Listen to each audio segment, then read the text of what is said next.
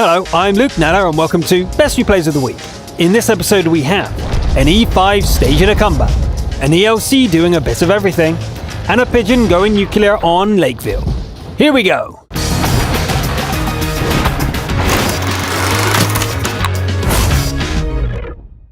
Let's kick off with a scout game from the EU region, where Mr. Gamer 27 takes an ELC out for a drive on Malinavka. The French roadster zooms out onto the field, spotting the first 3 targets right away. Mr. Gamer does a few handbrake turns to pass the time before parking the ELC behind a bush. Spotting damage climbs above 3k before somebody decides to ruin the fun. Mr. Gamer isn't going to stay where he isn't welcome. The ELC has almost reached safety when a shot from a tiger comes close to ending its run. That was a bit unpleasant. Then again, the tank is still operational as the assistant score climbs past 4k. Maybe a bigger bush would be safe. But boring. The ELC has a very powerful gun for this tier, so let's see what it can do.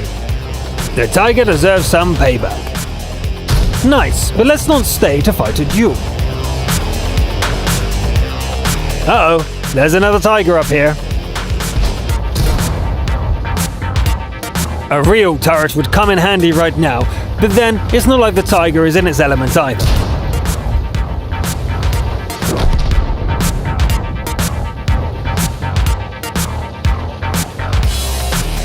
Mr. Gamer slows the battle down, taking pot shots from the bushes. Watch the clock, mister. Time is starting to run out. The Reds attempt a base assault, but it doesn't go well for them.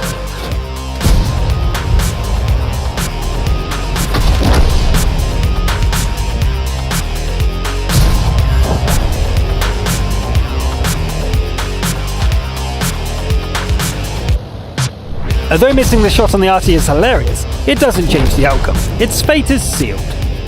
Remember that the Tiger 1 is still out there? Mr. Gamer does, and heads across the field to sort it out. Great evasive driving turns a kill shot into a tracking shot. This could have been bad, but Quick Fingers here completes the repairs in a split second. That tiger misses his shot as our Mr. Man pounces. Nice work, but is there enough time to finish the job? Yes, there is, and with 4 seconds to spare. What a nice game, both active and passive scouting, as well as some direct combat. The ELC can be a powerful little beast in the right hands. Okay, what's next? How about a crucial contribution from the American servers? Mitchell817 brings a T110E5 to Highway, giving 110% effort. The E5 is tough and versatile, but the enemy lineup looks fearsome as well. This will not be easy. Let's get this party started. The next mark is an E100, which retreats after a few whacks.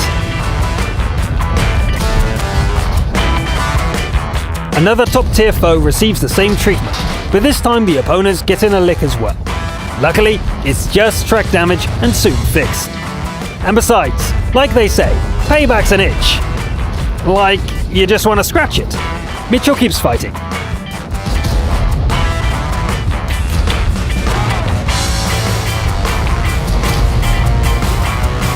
Soon claiming the FB is the first kill. A defender gets wrecked, as does another tier 10 TD.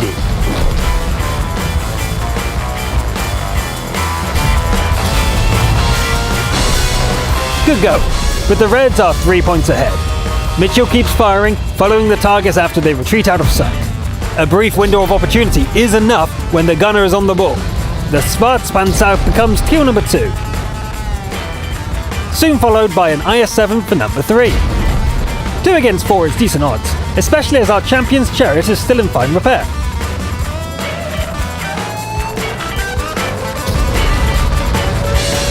The Borsig goes down without any trouble, but someone has invaded the base. Hopefully the Jagdpanzer can keep things under control at this end.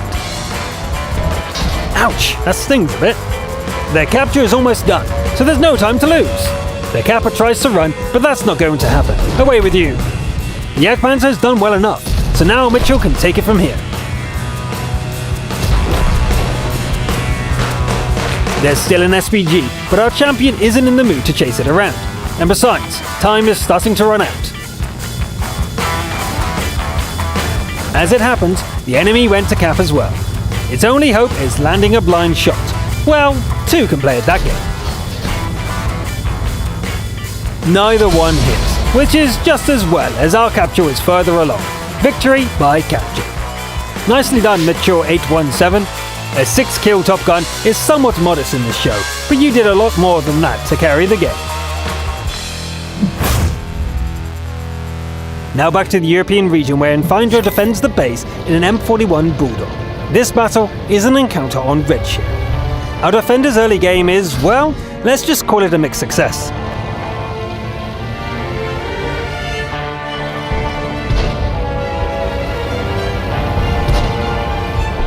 Things pick up after a while though, as long-range fire support brings in a couple of kills.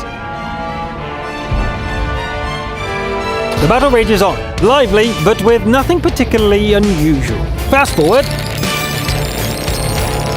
When the opportunity arrives, a Panther gets clipped down without mercy.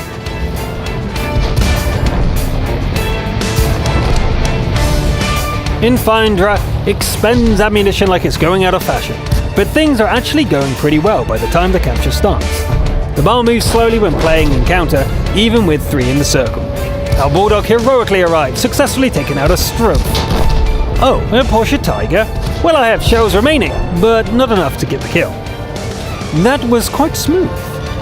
Running into a VK is a bit awkward, especially since the reload isn't done. Luckily, that's what teammates are for. Nice save, Crusader Arty. Sadly, there won't be any more support, however, as Infindra becomes alone, 1 against 4. Since the Crusader saved our hero, avenging is in order. Also, Top Gun. The red SPG is hiding somewhere, but first it's time to deal with the capture.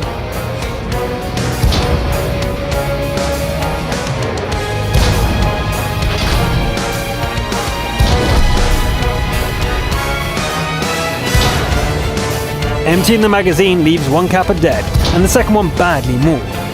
Waiting out the reload here is far from safe, but Infindra decides to take the chance. On the plus side, there's nothing the Ferdinand can do. As soon as the gun is ready, it's toast.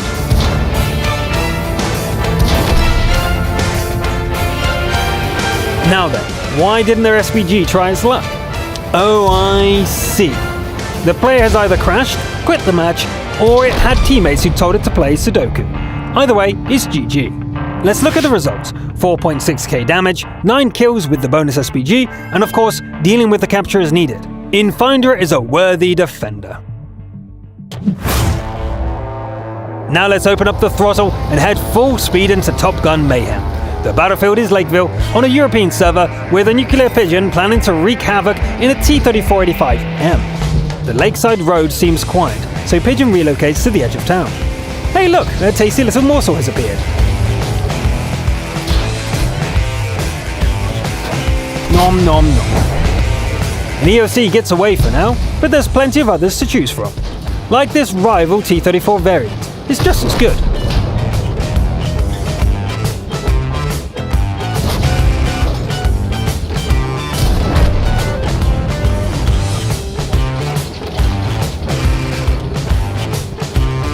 And it's not like the EOC has the sense to stay away. Off to the garage with you. What was that? Pigeon would love to pay the Hellcat back in kind, but it has to settle for the KV-85 for now.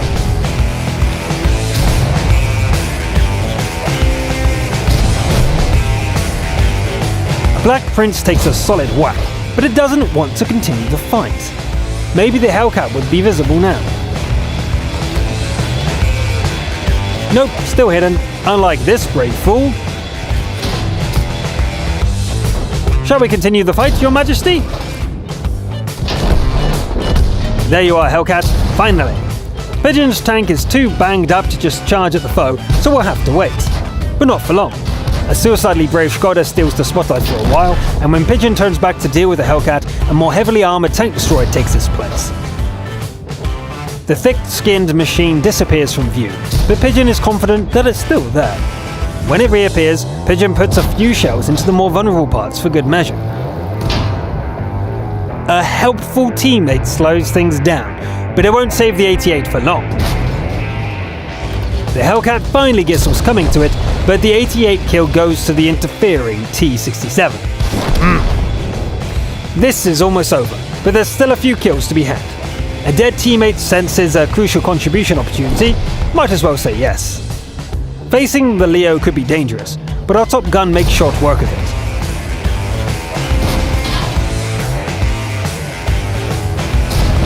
That just leaves a Hummel, and there's no way that interfering T-67 is getting the kill. The SPG tries to run, but an ammo rack explosion ends the match with 10 kills. 10 kills with a slightly artificial crucial contribution as the cherry on top. What else is there to say? A solid carry and a well-earned top gun for a nuclear pigeon. For the finale, we have another indestructible mouse, commanded by Lamon the Beast from the American region. The battle is an encounter fought once again on Lakeville. The Beast heads straight for the town, scoring the first kill on a juicy tier 10 medium tank. A rival mouse throws down the gauntlet, but it's hard to have a proper duel with all these lesser foes swarming about. Here we go, how about you, sir? Or dame? The Veds don't quite seem to get the concept of a duel though, as the Beast ends up in a furball fighting everyone at the same time. Like in the Royal Rumble, it's probably best to get rid of some of the weaker performers first. The Rumble ends up as a clash of titans, three-way affair, but I have a feeling they won't be playing fair. If this is to go anywhere, the second fighter needs to be removed from the picture.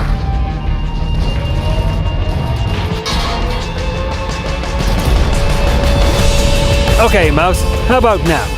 Just me and you now. And gosh darn it, more of your goons. The Red gang up on our champion once again without mercy, but the Beast stays focused. Your time is up, Mouse. Auf Wiedersehen. This is starting to get dangerous though. Better start dealing with the nameless henchman. Don't you know who I am?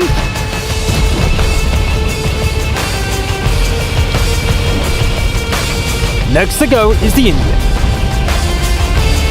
Elsewhere, the remaining enemy team swiftly collapses, and although the Beast gets one last hit in at the end, it's all over. Let's take a look at the carnage. 9,095 points blocked and over 8k dished out.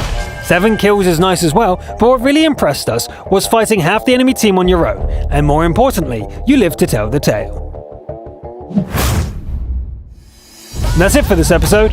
Oh look, another mouse. What do you guys think about that? Yeah. Interesting. Right, I need to go. I'm Luke Nella, thanks for watching, and I'll see you next time.